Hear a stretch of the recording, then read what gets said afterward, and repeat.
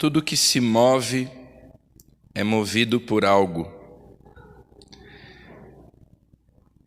Na primeira leitura de hoje, o profeta Jeremias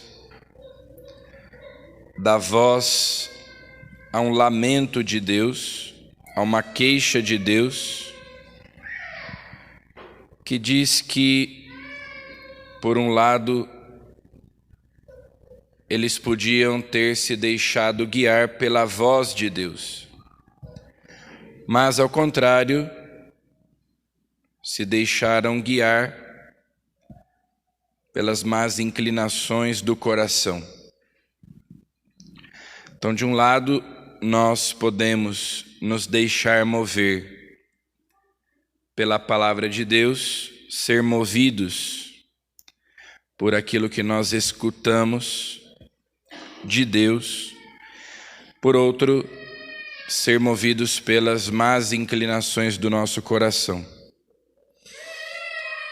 E a constatação do profeta Jeremias é que justamente aquele povo sempre se deixou conduzir por essas más inclinações, não prestou atenção, não deu ouvidos ao que Deus dizia e obstinaram-se no erro, procedendo ainda pior que seus pais.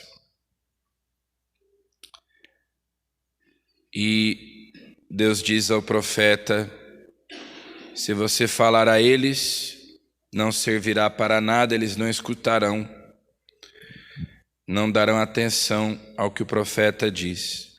Esta é a nação que não escutou a voz do Senhor seu Deus e não aceitou a sua correção. Sua fé morreu, foi arrancada de sua boca. Então, essa atitude que Deus constata no seu povo,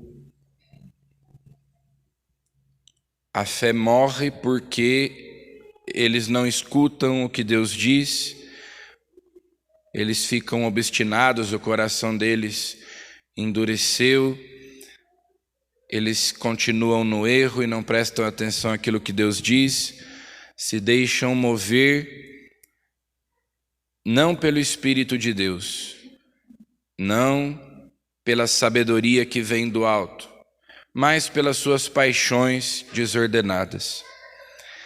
Então, essas palavras do profeta Jeremias servem para que nós examinemos a nossa consciência.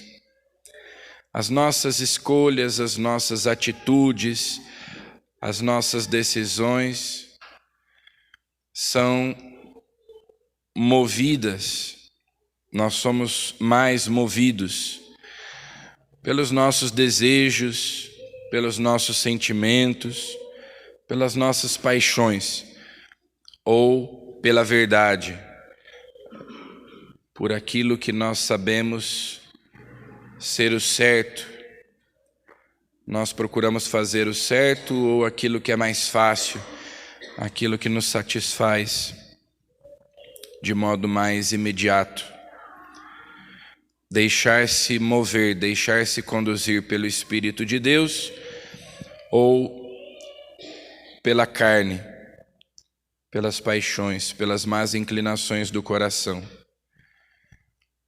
As muitas decisões que eu tomo durante o meu dia, as muitas escolhas que eu faço, as palavras que eu digo, as atitudes que eu tenho, são movidas pelo quê? O que é que me move?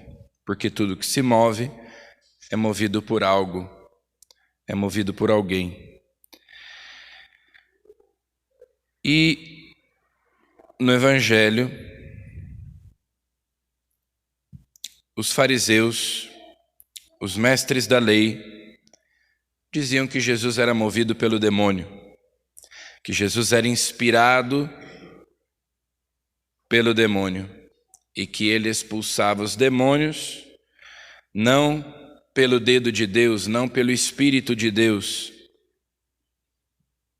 mas que Jesus estaria mancomunado com os demônios para enganar as pessoas, para iludir as pessoas.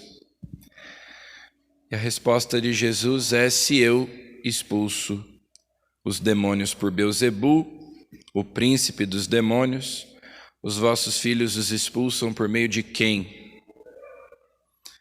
Mas se é pelo dedo de Deus que eu expulso os demônios, então chegou para vós o reino de Deus.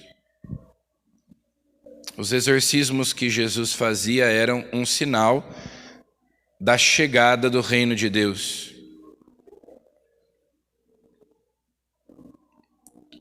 Com o dedo de Deus quer dizer com o poder do Espírito Santo. Jesus vem para nos libertar do mal, para nos libertar do demônio, do pecado, da morte. Esse é um sinal de que Deus está reinando. A libertação dos vícios, a libertação de toda a opressão do mal. Quando nós já não somos escravos das paixões desordenadas, das más inclinações do coração, quando nós somos livres para escolhermos o que é certo, o que é bom, o que é verdadeiro, isso é um sinal do reino de Deus. Jesus nos liberta, nos dá a possibilidade de decidir e de escolher o bem, não sermos escravos das paixões. Isso é o reino de Deus acontecendo. Nós podemos livremente fazer a vontade de Deus.